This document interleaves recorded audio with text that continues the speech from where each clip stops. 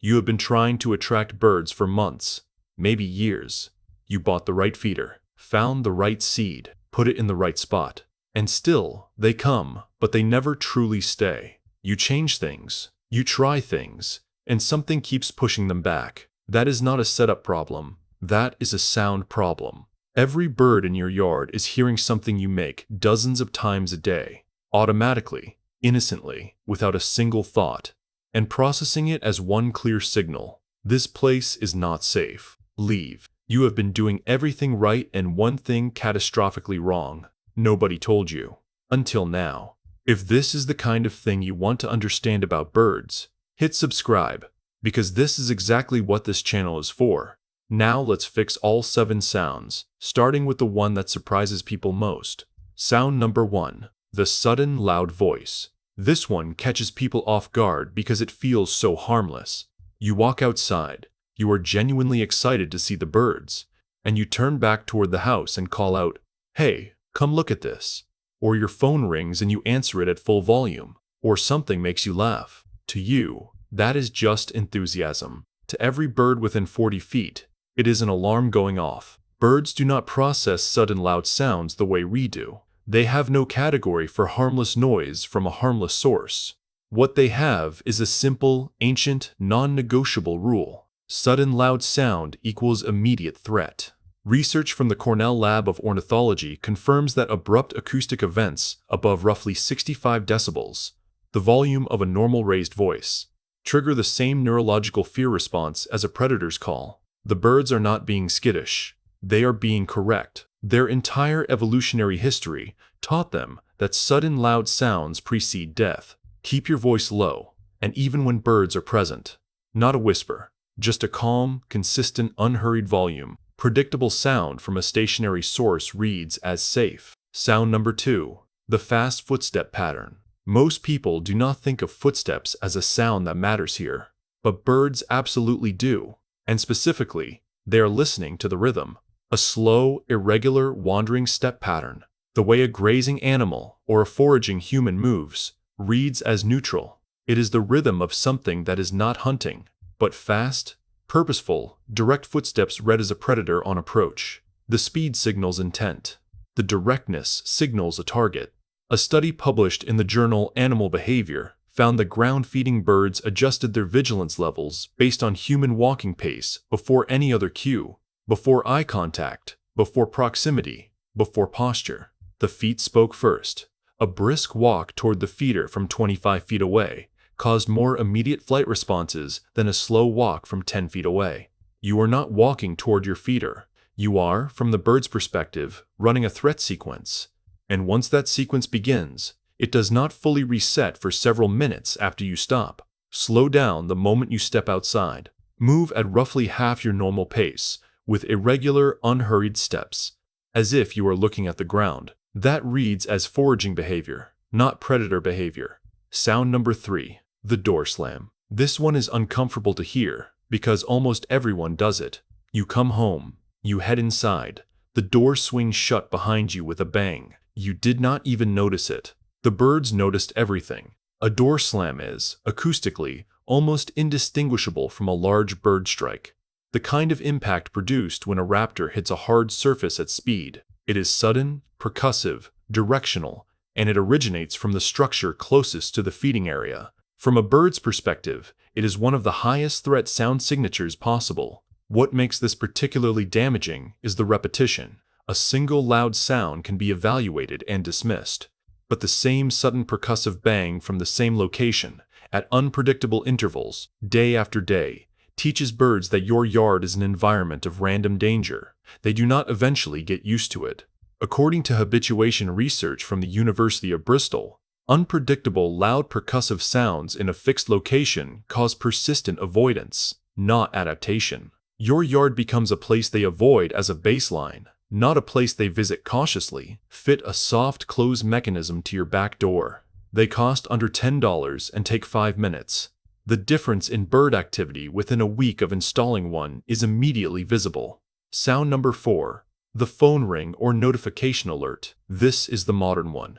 It is now one of the most common yard clearing events happening every single day. and almost no one connects it to the empty feeder. Phone ringtones and notification alerts are specifically engineered to be attention-grabbing. They are designed by psychoacoustic researchers to cut through ambient noise and demand an immediate response from the human nervous system. And they do the same thing to birds, except birds have no context for what the sound is, and no ability to dismiss it as irrelevant. High-frequency, sharp-onset tones, the category that most ringtones and notifications fall into, overlap almost perfectly with the alarm call frequencies used by small passerine birds. When your phone rings in the yard, you are broadcasting what sounds like a worldwide distress signal. The birds do not wait to evaluate the situation. They leave, every single time. Scale this across a typical day. Several notifications, 2 or 3 calls, and your yard is cycling through a predator alert sequence multiple times before noon. Switch your phone to silent or vibrate before going outside. This one is completely free, and you can do it right now. Sound number 5. Repeated sharp or metallic sounds. If you have ever refilled the feeder while it is still hanging, set metal garden tools down on a hard surface nearby, or dropped anything metallic anywhere in the yard, you have made this sound. Sharp, high-pitched, repeating metallic noise. Birds parse their sound environment with extraordinary resolution. They are not hearing a general soundscape the way most humans do. They are conducting a continuous acoustic analysis, flagging anything that does not belong to the baseline of their environment. Metallic, non-organic sounds have no place in that baseline. There is no natural equivalent. There is no evolutionary context in which a repeating sharp metallic sound has ever meant that everything is fine. What makes this especially disruptive is that it does not just clear the yard in the moment. Repeated exposure to novel, unclassifiable sharp sounds raises the background anxiety level of every bird in your yard. They become more vigilant overall, spending less time feeding, more time scanning, and they flush at lower threat thresholds for hours afterwards. Be deliberate with metal objects near the feeder. Carry tools rather than dragging them. Replace clanging metal feeder hooks with rubberized or wooden alternatives. Sound number 6. Hissing, shushing, or sharp whisper, shouts. This one is particularly cruel in its irony. You are trying to be quiet. You are trying not to scare the birds.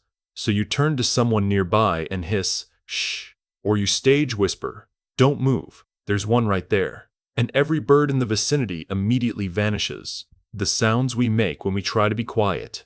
The hiss, the sharp sibilant whisper, the breathy urgent stage whisper, fall almost precisely in the frequency range of a hunting hawk's call. This is not a coincidence. It is part of why those sounds feel urgent and alarming to us too. We evolved to react to them. But birds react faster and with zero ambiguity. A sharp sibilant sound from a nearby large animal is one of the highest priority threat signals they possess.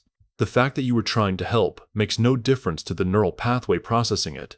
The signal says, aerial predator, close, actively hunting. The response is immediate and total. If you want to alert someone to a bird nearby, use a low, calm, open vowel sound, a quiet oh, or a slow look, rather than any hissing or shushing consonant. Low, rounded sounds do not register as threat calls. Sound number 7. The sound of your normal daily life. I saved this one for last because it is the most common, and because it is the one most people never think to change. It does not feel like a sound they are making at all. The television was on through the open window, the radio in the kitchen, the music from the patio speaker, the podcast you are listening to while you weed, the video call you took outside was because the light was good. None of these feels like a threat. None of them is loud, but they are constant, they are complex, and they are entirely unnatural. Birds process the ambient sound of their environment as a continuous safety assessment. A healthy, safe environment has a predictable acoustic baseline, wind, insects, and the calls of other birds. An environment that pipes out a continuous stream of unpredictable human vocal patterns, music, and dialogue reads as occupied by an active, alert, vocal predator that never sleeps and never leaves. Research from Sheffield University found that yards with consistent low-level human audio output had measurably lower bird diversity and shorter feeding visit durations than yards of comparable size and habitat quality, even when no humans were physically present. The sound alone was enough. You did not know your podcast was quietly emptying your yard. Almost nobody does. That is exactly why this is number 7. Create at least one period each day, even 30 minutes, of genuine acoustic quiet in your yard. No speakers, no television through open windows, no background audio of any kind, just the baseline. Birds return faster than you expect, and feeding visits run noticeably longer. None of this makes you a bad birdwatcher. It makes you someone who is working with incomplete information, which is every single person who has ever filled a feeder and wondered why the effort was not matching the results. Here is everything at once. Keep your voice low and steady outdoors. Slow your footsteps to a foraging pace. Fit a soft close to your back door. Put your phone on silent before you step outside. Handle metal objects slowly and deliberately. Speak in low, open vowel sounds rather than hisses and shushes. And give your yard at least one genuinely quiet period every day. No human audio at all. 7 sounds. 7 fixes. Every single one is free or close to it, and every single one can start today. The birds have not left permanently. They are waiting for the signal to change. Before I go, I want to ask you one thing, and I genuinely want you to answer in the comments. Which of these 7 surprised you the most? Was it the door slam? The foam? Is the podcast running in the background? Tell me which one you had no idea about, and tell me which one you were fixing first. And if this changed the way you think about the sounds you make in your yard, share it with someone who loves birds but cannot figure out why their feeder stays quiet. Sometimes, the right information at the right moment changes everything. Thank you for being here. I will see you in the next one.